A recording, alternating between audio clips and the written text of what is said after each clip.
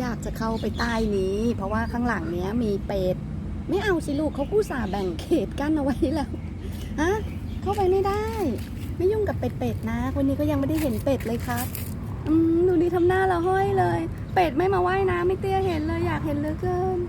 ไม่เห็นน้องเป็ดแล้วแบบใจมันจะขาด ดูหน้าดิเฮ้ยแข็งแรงแล้วใช่ใบมันแตกดูเห็นว่าสวยงามชอบพี่เสียงสวัสดีครับพี่เสียงไม่ได้เจอตั้งหลายวันนะครับเจอคิดถึงครับทำตัวน่ารักทำตัวน่ารักกับพี่เสียงคิดว่าเราน่ารักใช่ไหมวันนี้เขาเฟรนลี่เมื่อวานเขาไม่ทักใครเฟรนลี่เหรอวันนี้เขาเฟรนลี่เหรอวันนี้เขาทักทุกคนดูสิดูเลยรักเลยพี่เสียงชูวินก็วิ่งไปค่อยๆตามไปค่อยๆตามไป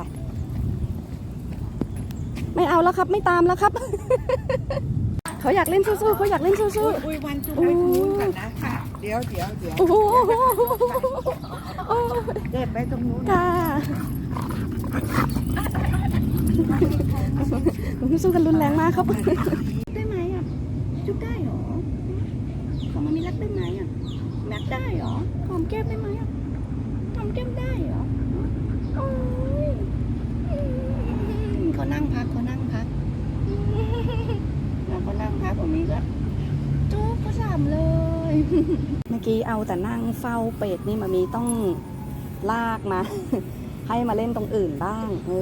มาเล่นดมๆลูกไม่งั้นก็นั่งเฝ้าเป็ดอยู่ตั้งนาน2 นานแล้วเป็ดก็ไม่ออกมานี่อยู่ตรงนี้จะได้เล่นดมๆฝึกสมองนะคะชอบให้เขาเล่นดมๆไม่อยากให้เขาเป็นอัลไซเมอร์ไม่รู้ช่วยได้หรือเปล่าแต่หมอบอกว่าก็ให้ก็น่าจะมีส่วนช่วยฝึกสมองลูกแข็งเลยขอบคุณครับคุณลุงครับดีมากเลยดูท่าทางครับแข็งแรงค่ะตรวจเลือดทุก6 เดือนค่ะแข็งแรงค่ะกลับบ้านครับโอ้นอนเพลินเลยเนี่ยนอนฟังแบบมีคุยกับคุณลุงเพลินเลย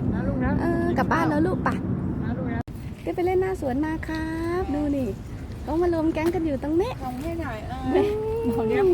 อยากได้โต๊ะว่าจะเอามาตั้งตรงนี้เย็นบ้านแล้วครับกินน้ำไหมดูดิเดี๋ยวเขาเชิดคอใส่น้ำดูเชิดคอใส่น้ำไม่กิน กินน้ำยากเดี๋ยวหมามีป้อนแล้วก็หม่ำเม็ดหม่ำอาหารเช้าต่อครับเป็นอันจบกิจกรรมยามเช้ากลับบ้านได้